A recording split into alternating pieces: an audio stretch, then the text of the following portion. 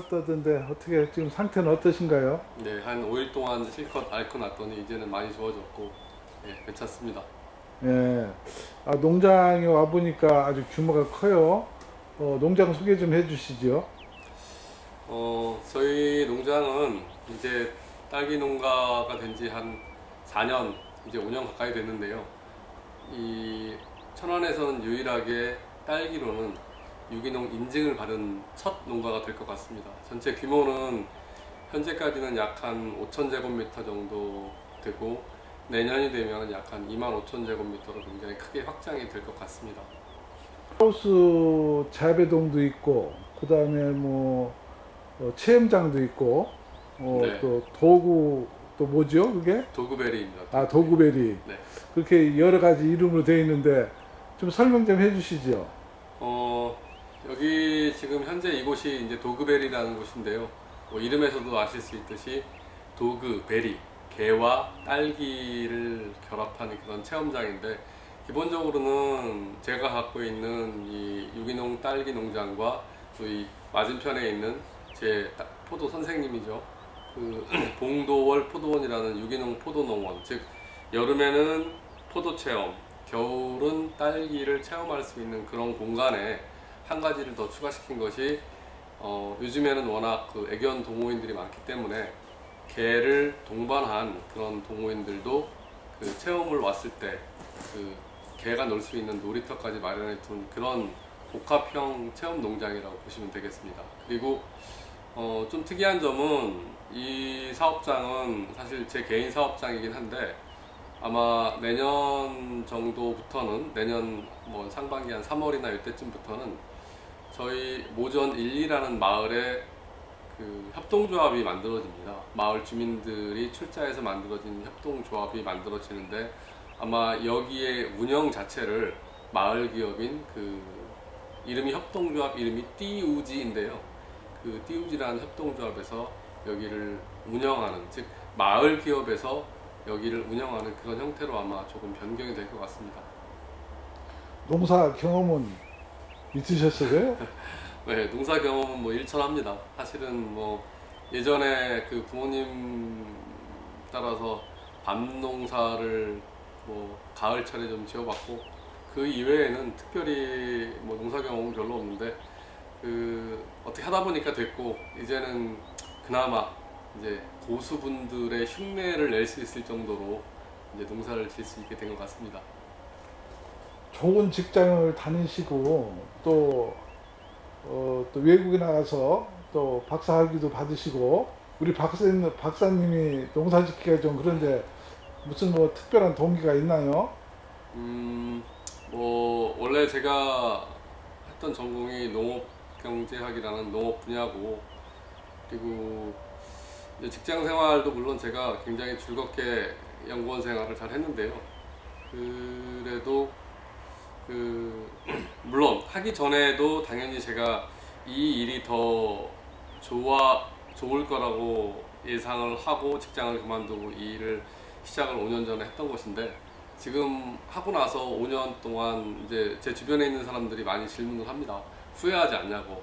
근데 뭐 저는 단연코 후회하지 않고 있고, 잘한 판단이었고, 사실은 뭐 조금 더 일찍 했더라면 이라는 생각까지도 들었는데, 사실은 제일 좋은 게 정해진 시간에 제가 출근하지 않고 제 마음대로 늦게 자고 싶으면 늦게까지 잘 수도 있고, 뭐 이런 자유로움도 있고, 또 제가 생각하는 것들을 구현해낼 수 있는 이런 자유로움이 굉장히 큰 이점이 있고, 무엇보다도 그 제가 생산한 농산물을 그 소비자들께서 굉장히 높게 가치를 인정해 주시는 그런 모습을 볼 때는 사실은 정말 행복하기도 하고, 그래서 뭐 제 커리어가 뭐 농업과는 사실은 별로 어울리지 않는 커리어인데, 그 사실은 제가 농사를 짓고 나서 제가 갖고 있는 박사 학위가 더 힘을 발휘하게 되었다는 생각까지도 하는 것이,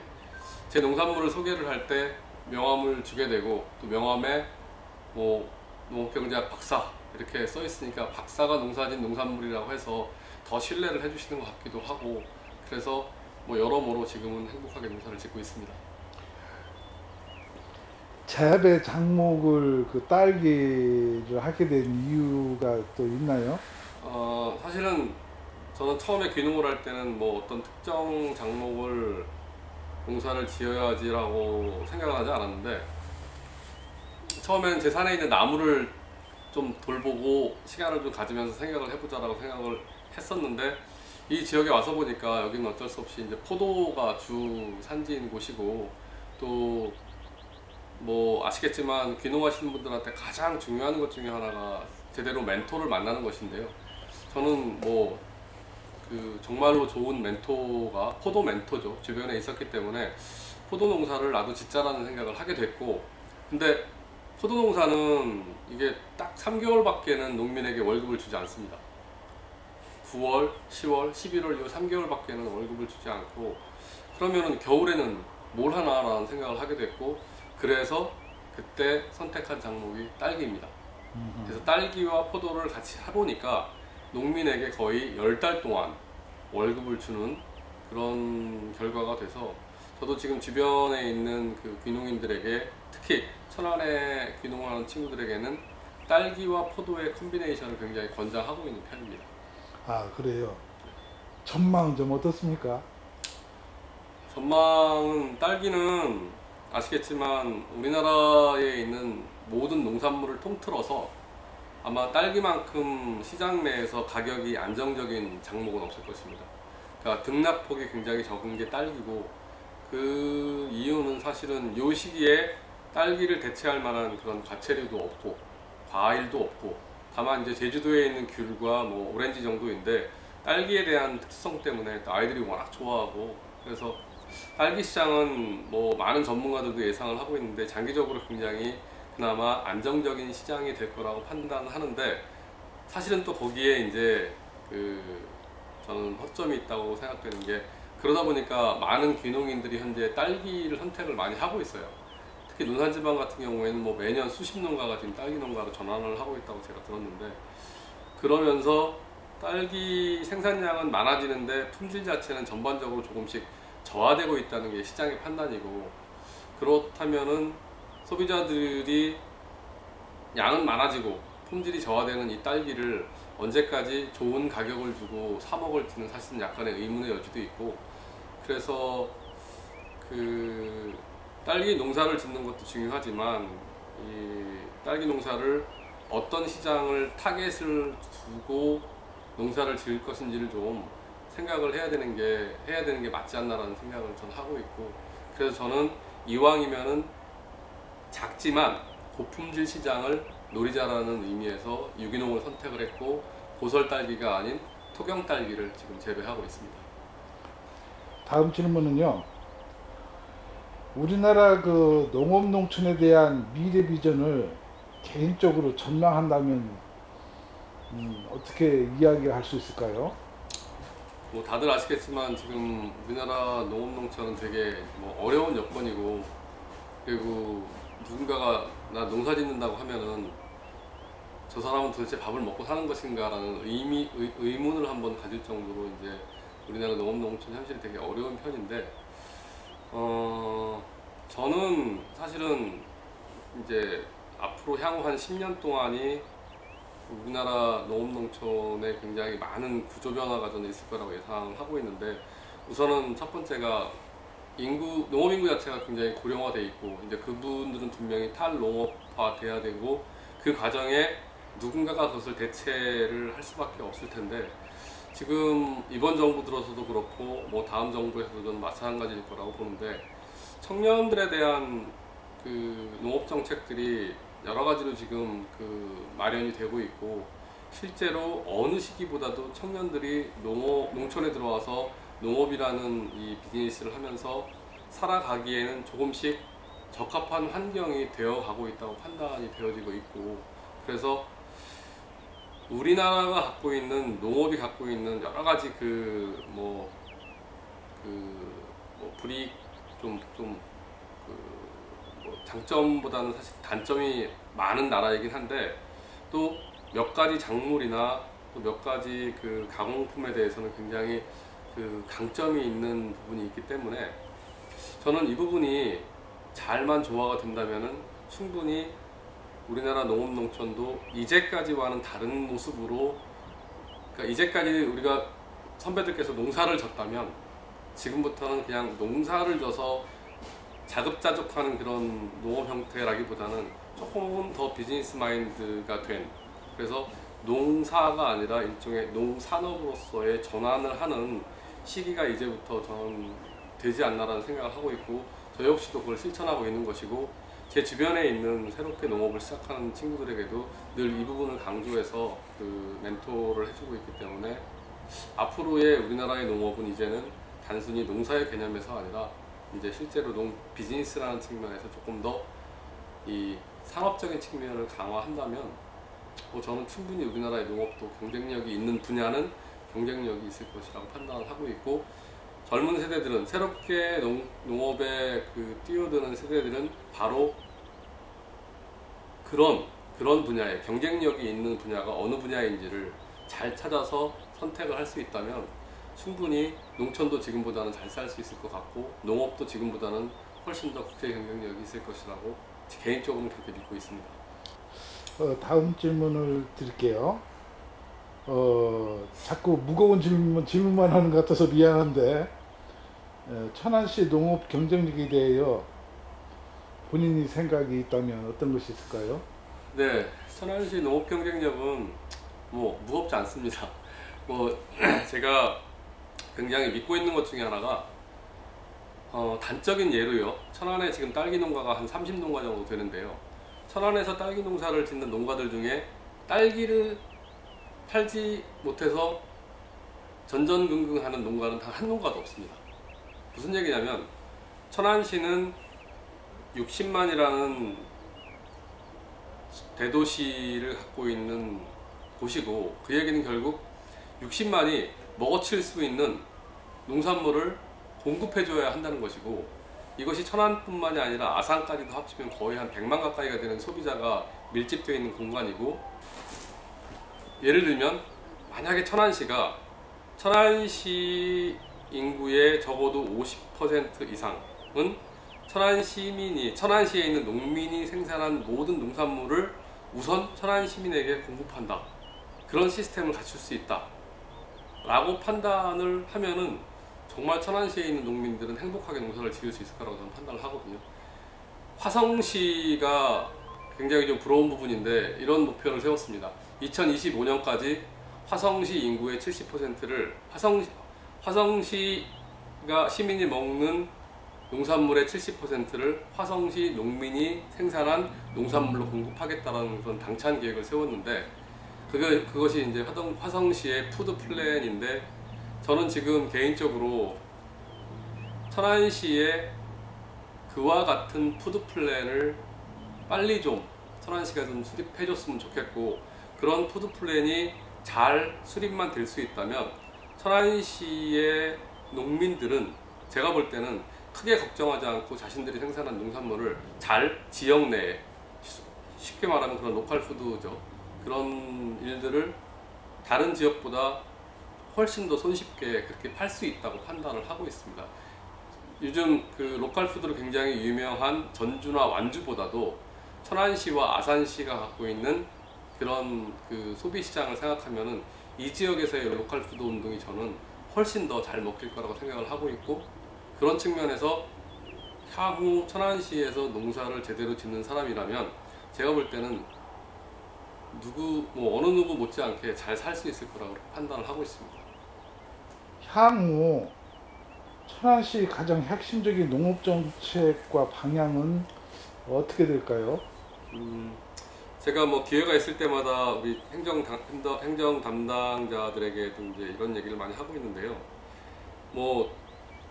한 가지 문제가 해결돼서 그것이 천안시의 농업농촌 문제가 다 해결될 수는 없겠죠. 근데 제가 가장 주안점을 두고 생각하고 있는 부분은 사실은 청년입니다. 천안시의 농업을 지탱하는 건 현재 지금 우리 농사 짓고 있는 기성세대들인데, 향후 10년 동안, 앞으로 20년 동안 천안시의 농업농촌을 이끌어 나갈 사람들은 저는 분명히 저희 기성세대들이 아니라 청년들이라고 보고 있고요. 그 청년들, 더군다나 요즘처럼 이렇게 청년 실업 문제가 굉장히 그 사회적 문제로 대두되고 있는데, 그런 청년들에게 정말 양질의 일자리를 농산업 측면에서 천안시가 만들어줄 수만 있다면 천안시의 농업 경쟁력은 제가 볼 때는 다른 어떤 도시보다도 강하고, 더더군다나 여기는 천안 시민뿐만이 아니라 가까이는 경기도나 서울시에도 마케팅이 가능한 그런 수도권에서 가까운 지역이기 때문에 저는 청년들을 적절하게 교육시키고 청년들을 적절하게 농촌에 좀 자리를 잡게만 해줄 수 있다면 사실은 굉장히 많은 부분, 천안시가 갖고 있는 굉장히 많은 농업농촌의 문제점들을 이 청년들이 좀 헤쳐나갈 수 있지 않을까라는 기대를 하고 있고, 저 개인적으로도 그래서 지금 청년 농업인을 육성하는 그런 일들을 아주 작게 하고 있습니다. 이 농민이 된 후 가장 어려웠던 점이 있으신가요? 네, 농민이 된 이후에 제가 제일 어려웠던 점은 그런 것 같아요. 농민들과의 소통? 농민들과의 소통? 저는 뭐 사실은 예기치 않았던 어려움이었는데, 예를 들면 이런 거죠. 이 지역이 포도 주산지고, 이 지역에 내려와서 보니까 정말로 포도 하면은 전국에 몇 번째 가지 않을 정도로 내노라는 그런 좋은 기술을 갖고 계신 분들이 주변에 있는데, 왜 다른 사람들은 그렇게 농사를 짓지 못하는 것일까가 저는 되게 궁금했었거든요. 그리고 사실은 그거를 좀 해결해 보려고 나름대로 저도 포도 농사를 지면서 좀 주변에 있는 분들하고 이렇게 소통을 해보려고 했는데, 그게 제가 방식이 잘못됐을 수도 있고 그랬는지 아무튼 소통이 되게 좀 어려웠고, 그래서 처음에 제가 귀농을 하고 나서 제일 먼저 부딪힌 문제가 사실은 충분히 이렇게 같이 하면은 충분히 잘할 수 있는 일인 것 같은데 왜 같이가 안 되지? 찾아가서 얘기해보면 서로 대화가 안 되고, 결국은 이제 제가 지금에 와서 느끼면 제 대화의 코드와 그분의 대화의 코드가 분명히 달랐었던 것 같고, 그럼 이 문제를 어떻게든지 이제 해결을 해야 그게 가능해진다고 생각이 되는데, 사실은 농사지러 내려와서 제가 뭐 농사짓고 그러는 거는 제가 뭐 육체적으로 농사일을 안 해본 사람이기 때문에 뭐 그런 것들 힘들고 그런 거는 저의 문제였었는데, 그런 저만의 문제가 아니라 조금 더 많이 부딪혔던 문제는, 실제로 제가 직장 생활하면서 이렇게 주변인들과 소통하고 그랬을 때는 그렇게까지 어려운 점이 없었는데, 이 농사지로 내려와서는 농민들하고 소통하는 게 생각보다는 쉬운 것 같지는 않아요. 그래서 사실은 저의 문제일 수도 있고 이제 상대방의 문제일 수 있다고 생각하는데, 그거를 어떻게 지금 풀어야 되는지가 사실은 굉장히 큰 숙제입니다. 그거 굉장히 어렵습니다. 네, 어렵다고 생각하고 있습니다. 네, 그렇습니다. 농업인으로서 가장 뭐 하고 싶은 말이 있다면 어떤 것들이 있을까요? 제가 국가의 농업을 이끌어갈 정도는 아니니까, 저는 제가 가장 이제 하고 싶은 것 중에 하나가, 실제로 이제 귀농도 그런 마음으로 좀 했고, 어떻게든지 제가 살고 있는 이 지역 천안에서의 농업인으로서 살아가는 모습이 좀 뭐라 그럴까요? 증명해 보이고 싶었던 게 있었던 거죠. 젊은 사람도 농촌에서 농사를 지으면서 충분히 먹고 사는 것이 가능하다라는 부분을 좀 증명을 해보이고 싶었고, 그리고 이제 저하고 같이 농사를 짓는 이런 청년들이 그런 것들을 한번 저를 통해서 저하고 같이 증명해 주는 것을 이제 보고 싶은 게 제일 큰 소망이고, 이제 제가 청년들에게 가끔 그런 말을 합니다. 청년들이 잘 정착할 수 있도록 내가 잘 도와주고, 또 이 지역에서 같이 포도농사, 딸기농사 지으면서 잘 정착해서 잘 커나갈 수만 있다면, 아마 한 10년쯤 후에는 저는 아무것도 안 하고 그냥 이렇게 발만 걸치고 있어도 그들 때문에 먹고 살 수 있는 그 정도가 되는 날을 이제 꿈꾸고, 그렇게 되기 위해서 한 10년 동안 그래도 기성세대들이 노력을 좀 해줘야 되지 않나라는 그런 생각을 하고 있고, 그게 제가 10년 후에 생각하고 있는 저의 모습일지도 모릅니다. 아, 좋은 말씀입니다. 그런 인력 수급에 관한 사항은 어떤 식으로 좀 연결이 됐으면 좋을까 하는 생각이 있으면 말씀해 주시죠. 첫 해, 둘째 해 2년 동안은 제가 딸기를 심을 때 논산에 계신 할머니들을 한 10분을 봉고차로 모셔와서 딸기를 심었습니다. 왜냐하면 이 주변엔 딸기를 심어본 사람이 없기 때문에. 그리고 뭐 그분들이 이 딸기를 심는 속도라는 것은 뭐 거의 정말 상상을 초월할 정도로 빠르고, 그래서 첫 해, 둘째를 논산에 계시는 할머니들을, 다행히 이제 논산에 저를 도와주시는 분 한 분 계셔서 그 선생님이 이제 인력을 보내주셨는데, 그것도 한계가 있더라고요. 그래서 이제 지금은 뭐 이제 외국인 근로자들을 쓰고는 있지만, 그 제가 지금 저쪽에 새로 농장을 마련하면서 이제 일부러 그래서 그 마을에 계신 한 60대 전후에 일을 하실 수 있는 분들을 당연히 처음엔 잘 못하죠. 그래서 올해 9월에 딸기를 심을 때부터 그분들을 두세 번 정도를 지속적으로 썼습니다. 훈련을 시키느라.